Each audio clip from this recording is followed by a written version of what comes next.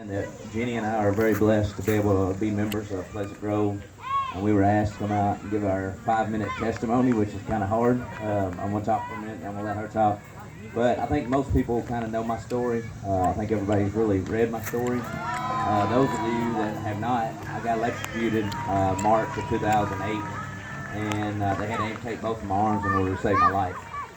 But, you know, everywhere I go, if it's the whole family, the attention's on me. I've told people that I've been on Hawaii 5-0 TV show. I've been on several different magazines and newspapers, and I was the first person in the world with 2 bionic hands. And it's always, the whole focus has always just been on me because I'm the one that was physically changed. And what people don't know is the amazing part of my story is what people didn't see. What we did at home, the whole first year, the struggles, the hard times, the good times. And, you know, I told Jenny, I said, when we got ready to talk today, I think that probably the most amazing part of my story is when I woke up 3 days later and I found out that both my arms were missing because I had no idea that's what they were going to do. And I remember laying there, and it's a prayer that I'll never forget. I was laying there, I said it to myself, and I remember just thinking that, you know, God had an amazing plan. He has the plans for everybody. There's always struggles in people's lives. And I remember thinking that everything's going to be okay. I don't know how my life's going to change, but everything's going to be all right. I was going to have to follow his path, and I was willing to follow his path. But there was one thing that I had to do, and there was one request, and I prayed that as long as I could hold my kids again in my arms, feed on the bottles, be a dad and be a husband, everything else would just work out one way or another. And it has done that 10 times bigger than I could ever imagine.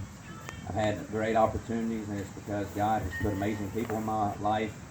I got an amazing wife, I got an amazing kid, amazing community, friends, church family. And that's the amazing part about my whole story is what God has done in my life, not what I've done, because none of it was done by me. I'm going to share a little bit with Jenny, too. She's got her side of the story as well. Well, and 8.5 years later, I'm sure you look at us and you're like, wow, you know, they've adjusted. You know, Jason, he's always had a great attitude, and we've adapted. And that's true, but what people don't really realize is that hot mess in the middle. It was times where we didn't know if we could pay our house payment because I couldn't work because I was taking care of him. It was wondering how we were going to pay our water bill. Some weeks I can remember I didn't take a bath because that was all I did was take care of the 3 of them. To the point where our marriage was struggling, and most people didn't see that part because that was at home, but our marriage was crumbling. I wasn't his wife. I was his caregiver 24 hours a day for a very long time.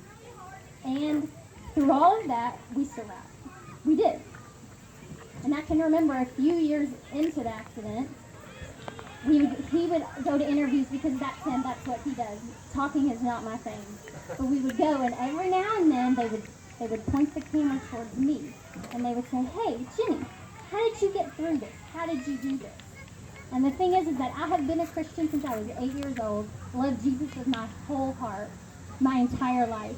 So I knew what I should say, right? I should say, God never gives us more than we can handle, right? And I believe that. And every time that would happen, I would say that. And then finally I realized, what am I doing? What am I telling people? Because God does give us more than we can handle. I was broken. I was on my knees broken, crying, begging out to God to give me strength to get through 1 hour. Not just a day, I just needed an hour. And he did that.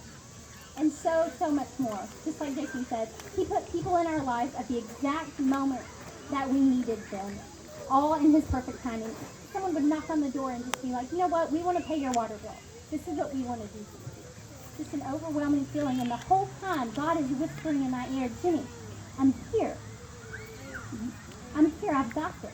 I'm going to help you do this.